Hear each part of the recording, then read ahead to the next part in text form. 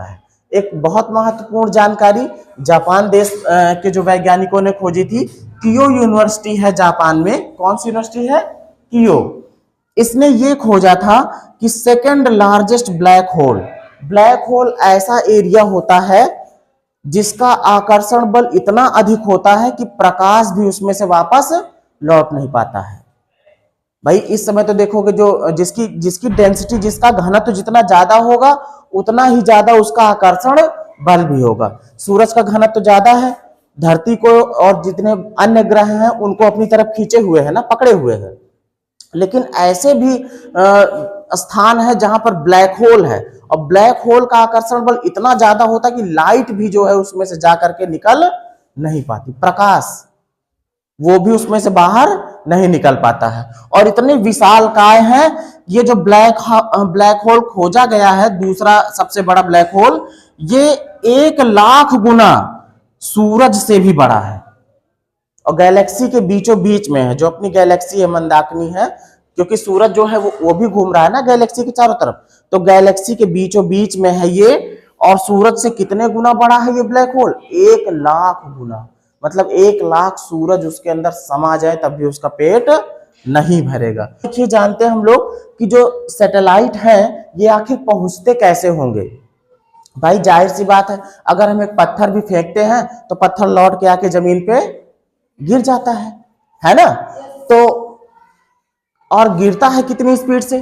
भाई जाहिर सी बात है कि धरती जो है लगभग 9.8 मीटर प्रति सेकंड, 1 सेकंड में 9.8 मीटर प्रति सेकंड की रफ्तार से इस इतने त्वरण से चीजों को खींचती है।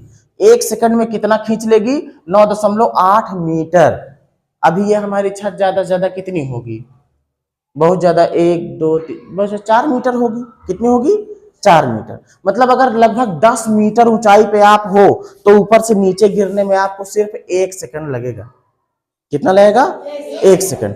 अब अगर इतनी तेजी से कोई चीज खींच रही है तो इससे ज्यादा स्पीड हो तभी हम बाहर उसके आकर्षण बल से बाहर निकल सकते हैं, नहीं तो निकल नहीं सकते। भाई अगर खींचने वाला तेज है तो हमको ऊपर जाने नहीं देगा, अगर भागने वाला तेज है तो फिर वो बाहर निकल जाएगा, है ना? बात को समझे? इसका मतलब यह है कि अगर किसी भी सैटेलाइट को, किसी भी उपग्रह को, अगर हमको पृथ्वी के या किसी ग्रह के आकर्षण बल का जो एरिया है उससे बाहर निकलना है तो हमको स्पीड रखनी होगी लगभग कितना? 11√2 मीटर प्रति सेकंड। मतलब 11 मीटर प्रति सेकंड से भी अधिक की स्पीड हमको, इतने त्वरण से अधिक की स्पीड हमको 11 मीटर प्रति सेकंड। ये खींचता कितना? लगभग 10 मीटर प्रति सेकंड है। तो 11 मीटर प्रति सेकंड की स्पीड से अगर किसी चीज को फेंकोगे तो वो पृथ्वी के आकर्षण क्षेत्र से, गुरुत्वाकर्षण क्षेत्र से बाहर निकल जाएगा। अगर पत्थर को आप इतनी स्पीड से फेंक सकते हो तो वो पत्थर भी बाहर निकल जाएगा। तो इतनी स्पीड से फेंकने के लिए कोई ना कोई तो ऐसे रॉकेट होने चाहिए जो इतनी स्पीड से चलते हो। तो 2 तरीके के सैटेलाइट लॉन्च व्हीकल भारत में यूज किए जाते हैं। कितने तरीके के? 2 तरीके। ये एक तरीके के वाहन है, व्हीकल है, ठीक है, जो किसको? उपग्रहों को लेकर जाते हैं, जिनमें से एक है PSLV। इसका फुल फॉर्म है पोलर सैटेलाइट लॉन्च व्हीकल। ये 4 स्टेज पे काम करता है। कितने स्टेज पे?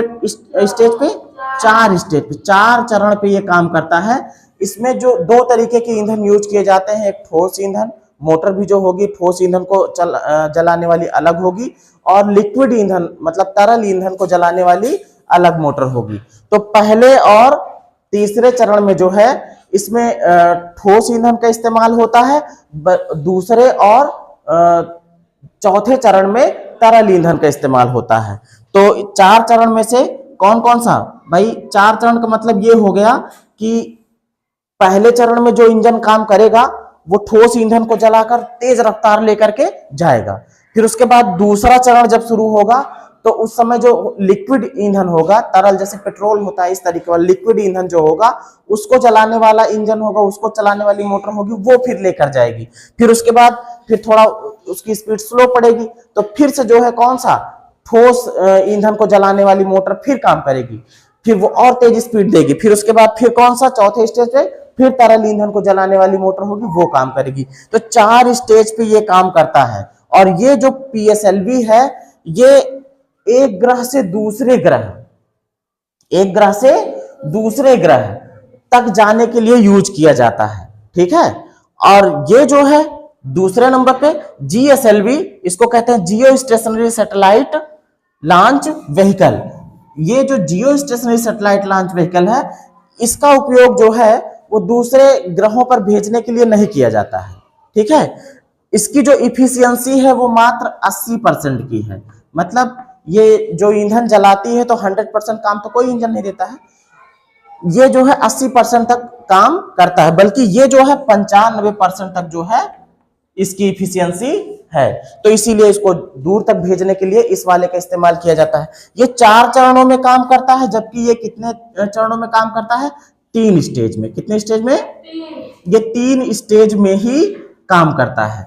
इसका काम सिर्फ इतना है कि पृथ्वी के चारों तरफ की कक्षाओं में अगर हमको उपग्रह लगाने हैं, पृथ्वी के बाहर वाले दूसरे ग्रहों पर नहीं, सिर्फ पृथ्वी के चारों तरफ लगाने हैं, तो जीएसएलवी टाइप की जो सैटेलाइट हो, मतलब जीएसएलवी जो लॉन्च व्हीकल है, इसके द्वारा भेजा जाता है। अगर किसी उपग्रह को सिर्फ धरती के चारों तरफ ही घुमाना है, ठीक है, तो कौन सा सैटेलाइट लॉन्च व्हीकल यूज किया जाएगा? जीएसएलवी। और अगर एक ग्रह से दूसरे ग्रह, पता लगा आपको मंगल ग्रह पे भेजना है, कहां भेजना है? मंगल ग्रह पे किसी उपग्रह को भेजना है, तो फिर कौन चलेगा? पीएसएलवी चलेगा, ठीक है। ये 4 स्टेज पे काम करता है और ये 3 स्टेज पे काम करता है। इसके द्वारा देखो कौन कौन से उपग्रह भेजे जाते हैं इसके द्वारा, इनसैट टाइप के। कौन से? इनसैट कौन से थे? अभी यहां पे बताया था, इंडियन नेशनल सैटेलाइट। ये वाले जो उपग्रह हैं जिनका टेलीकॉम, टेलीविजन, टेलीकास्ट, ये सारी चीजें, नेचुरल डिजास्टर, ये सारी चीजें कहां होंगी? धरती के चारों तरफ ही तो होंगी, दूसरे ग्रह की जानकारी हमको थोड़ी मिलेगी। तो ये इनसैट वाले जितने भी सैटेलाइट हैं, ये किसके द्वारा भेजे जाते हैं? जीएसएलवी के द्वारा, ठीक है। और सुनो, 2004 में एजुकेशन के लिए एक उपग्रह भेजा गया था, इडुसैट पहली बार भेजा गया था। शिक्षा के क्षेत्र में काम करता है ये उपग्रह, ये भी धरती के चारों तरफ घूम के काम कर रहा है और शिक्षा संबंधी जानकारी को भेजता रहता है। अब देखो ये जो है, ये आईआरएस, जो पीएसएलवी है, आईआरएस मतलब इंडियन रिमोट सेंसिंग सैटेलाइट, ठीक है। इस तरीके के उपग्रह को कौन भेजता है? पीएसएलवी भेजता है। तो आज हम लोगों ने जान लिया कि जो अंतरिक्ष तकनीकी के क्षेत्र में कौन कौन सी प्रगति हुई है। नेक्स्ट डे हम लोग किसी अन्य टॉपिक पे चर्चा करेंगे, ठीक।